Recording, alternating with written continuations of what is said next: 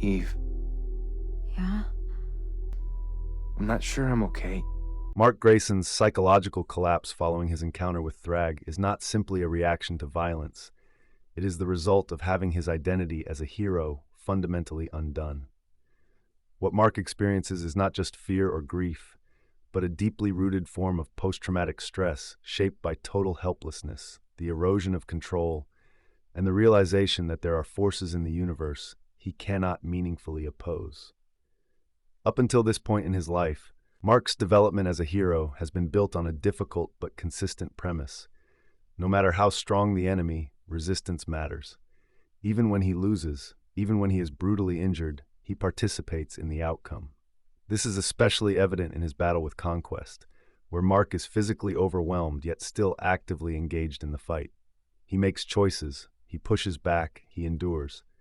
There is pain, but there is also agency. That agency allows him to contextualize trauma as something survivable, something that he can defeat. I don't care how strong you are. I don't care how fast you are. I can... After all I've done, you still think you can threaten me? Thrag destroys that belief that he can survive anything. When Mark faces Thrag, the fight is not a struggle, it is an erasure. Thrag does not just defeat him, he renders Mark irrelevant. There is no moment where Mark's actions influence the outcome, no brief window where effort translates into impact. Instead, Mark is reduced to something closer to an observer trapped inside his own body. This distinction becomes the cornerstone of his PTSD. Trauma, in this case, is not defined solely by the threat of death, but by the absolute absence of control during that threat. Mark is forced to endure without participation, and that experience rewires how his mind processes danger. This psychological shift becomes painfully clear when Mark returns to Earth. Although the planet is physically untouched, his perception of reality has already been altered. He has seen what Thrag is capable of, he has felt it firsthand, and his mind fills in the inevitable conclusion: Earth will be destroyed.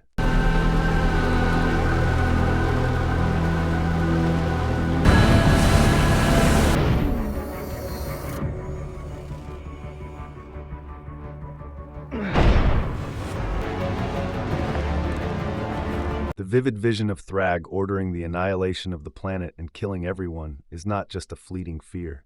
It is a fully realized mental simulation, one that feels as real to him as any lived experience.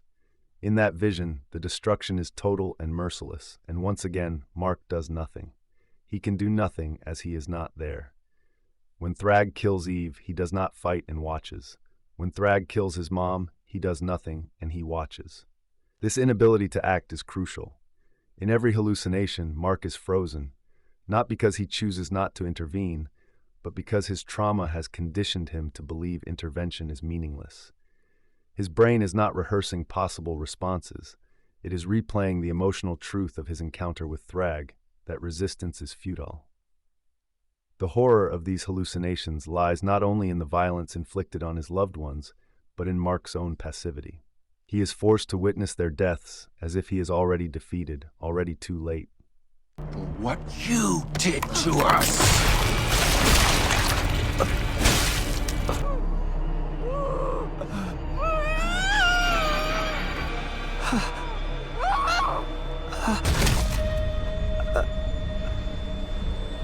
Even after he confirms that Earth is safe, this sense of dread does not dissipate.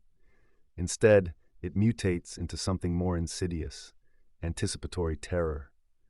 The Viltrumites are no longer a distant threat. They are somewhere, hidden, waiting. Mark's lack of knowledge about their whereabouts amplifies his anxiety to an unbearable degree. The enemy is no longer visible or immediate, which means it is everywhere and nowhere at once. This uncertainty strips away any remaining sense of preparedness. Mark cannot plan, cannot defend, cannot even warn others with certainty. Every moment becomes saturated with the possibility of sudden catastrophe. This is where his trauma begins to influence his behavior in a more outwardly visible way. His request to Cecil for a therapist is not just a moment of vulnerability, it is an acknowledgement that his usual coping mechanisms have failed.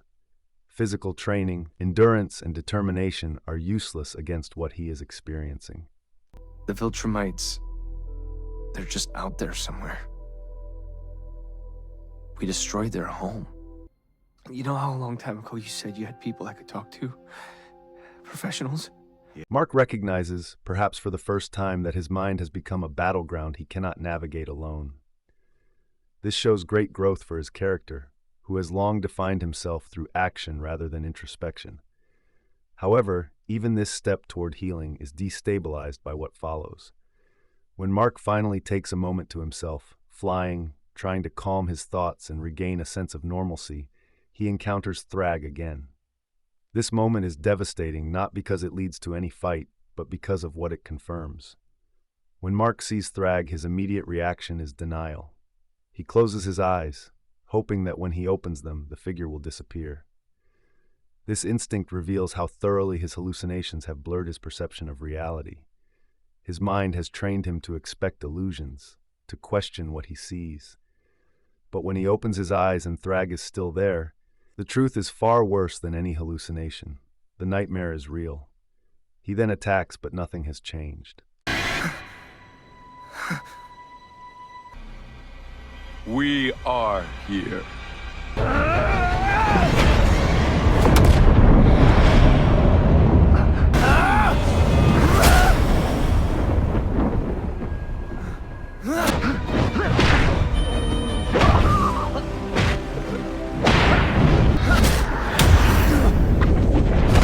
Thrag's revelation that the remaining Viltrumites are already on Earth, living among humans, waiting to repopulate, transforms Mark's fear into something permanent. This is no longer a looming invasion or a distant war. It is an occupation, subtle and invisible. And once again, Mark is placed in a position where he cannot act. Thrag makes it clear that any interference will result in Earth's destruction. Mark is forced into silence, into complicity, into the same role his trauma has already carved out for him, a witness who cannot intervene. This moment cements the core of Mark's PTSD. It is not just that he fears Thrag, it is that he has internalized the belief that Thrag cannot be opposed. This belief distinguishes Thrag from every previous enemy that Mark has faced. Villains like Conquest were terrifying, but they were still eventually defeated. Thrag is something else entirely. He represents inevitability. Against him, Mark's strength, heart, and determination feel irrelevant. So our home is now here. We will live among you. Walk your streets. Your people will never know we are here. What makes this trauma particularly overwhelming is how it attacks Mark's identity at its foundation. Being a hero for Mark has always meant protecting others, standing between danger and the people he loves. But now he is forced to confront a reality where that role is impossible. His hallucinations reflected this loss, and now those visions are real. In every imagined scenario, he is present but inactive, aware but powerless. He is no longer the protector. He is an observer of inevitable loss. This is his reality right now, the world he is forced to live in. On one hand, Mark knows what a hero is supposed to do: fight, resist, protect. On the other hand, his experience with Thrag tells him that those actions are meaningless. This dissonance traps him in a psychological paralysis that extends beyond his hallucinations and into his waking life. Every decision is weighed against the possibility that it will change nothing or make things worse.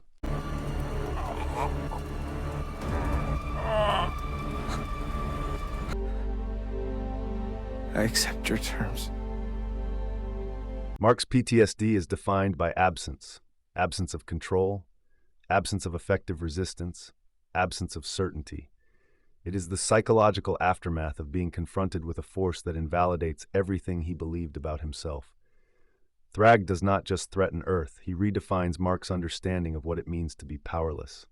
And perhaps the most terrifying aspect of all is this: Mark is still alive, still capable, still surrounded by people he loves.